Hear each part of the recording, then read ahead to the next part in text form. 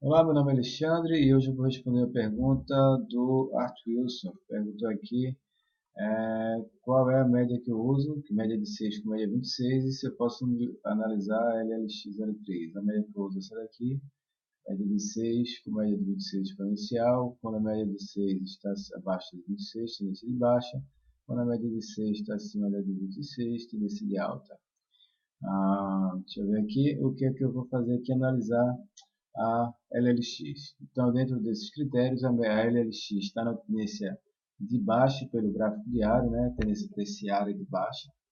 Eu tenho aqui um fundo abaixo do fundo anterior e aqui eu tenho um fundo acima do fundo anterior no histograma MACD, o que me diz aqui que nós temos uma divergência altista, ou seja, que essa tendência aqui já está se enfraquecendo. Então, eu tenho uma queda nos preços e uma alta nos indicadores, né? Então, o que acontece aqui?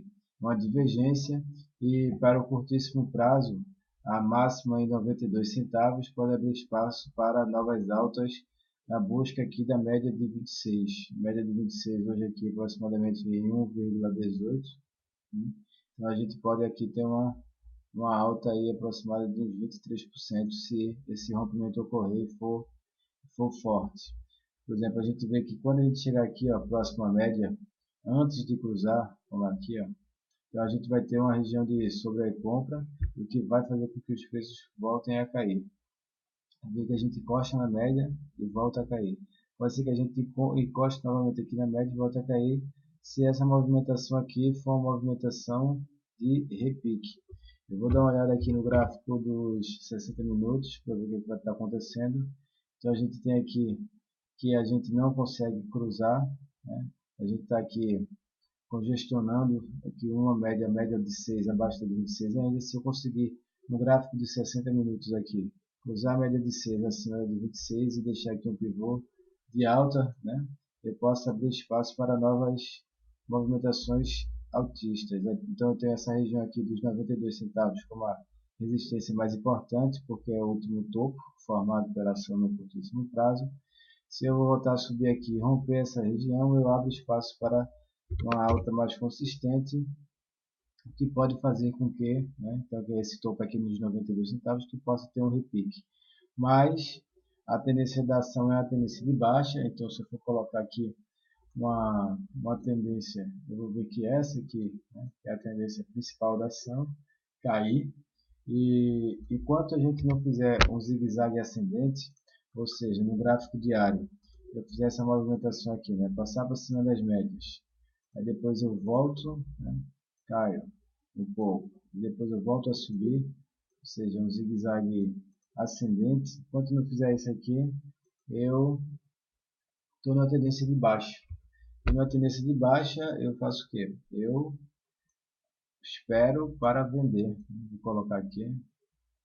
Espero para abrir operações de venda no papel, ou seja, quando eu não fizer isso aqui, que é um zigue-zague ascendente, onde eu vou ter um fundo acima do fundo anterior, né?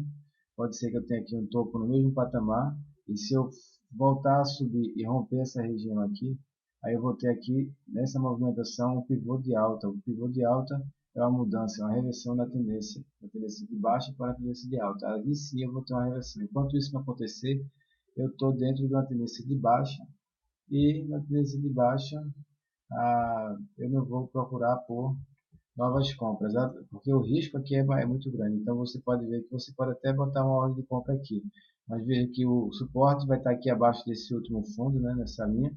Eu vou ter 24% de perda, vou perder meu dinheiro aqui, né, de prejuízo, 24%.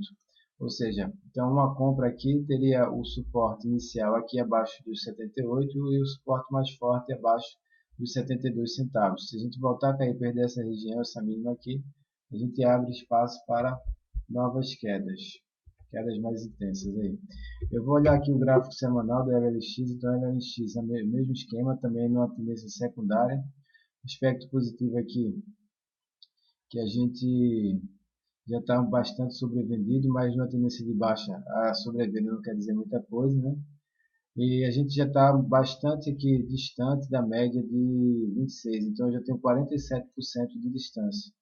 A gente vê que o máximo de distância que eu tenho aqui, ó, 35% aqui, quando eu caio muito, né, deixa eu ver aqui, aqui, aqui eu caí até 33%, aqui eu caí até 34%, então a gente vê que desde a média de 26 nas últimas semanas a gente cai até 34% e repica, né? Aqui a gente só recuou depois da média aqui, deixa eu ver, 22% aproximadamente, repicou, e aqui eu já estou com uma queda já chegou ao máximo de 57%, então a ação já está bastante sobrevendida, o que pode ter uma pressão compradora no curto prazo, mas a tendência aí é uma tendência ainda de baixa, tanto no gráfico diário quanto no gráfico secundário, no gráfico semanal, né? Tendência terciária e secundária de baixa. E eu tenho aqui o gráfico de longo prazo, que é o gráfico mensal, né? Cada candle desse equivale a um mês. A gente vê que as médias se cruzam, né? A gente espera aqui um rompimento aqui que não há. A gente volta a cair, então no mês de dezembro de 2010, só nesse mês a gente caiu 41%. E depois a gente fez aqui um cruzamento de média e depois a gente continuou a cair. Nessa movimentação, se eu fosse traçar as projeções de Fibo desde esse último topo até esse fundo e fosse aqui expandir toda essa movimentação aqui para baixo, eu teria como alvo aqui, ó, um prejuízo, né? Menos 1,29. Ou seja, é como se a ação fosse falir, como se a empresa fosse falir. Claro que isso aqui são projeções, né? Que não querem dizer nada. A empresa ela pode chegar aqui, quando está cotados a centavos aqui, a gente pode fazer aí um agrupamento de ações. 10 ações vai valer 1 agora e a gente aumenta o preço. Mas independente dessa análise aqui de FIBO, a análise a tendência da ação é a tendência de baixa. E de uma tendência de baixa eu não espero muita coisa, a não ser posições de venda, né? Então é isso. A ação está na tendência de baixa nos 3 períodos. E eu espero aqui, se eu tivesse comprado, um, um repique, né? Aqui até aqui mais ou menos para vender a ação e depois voltar a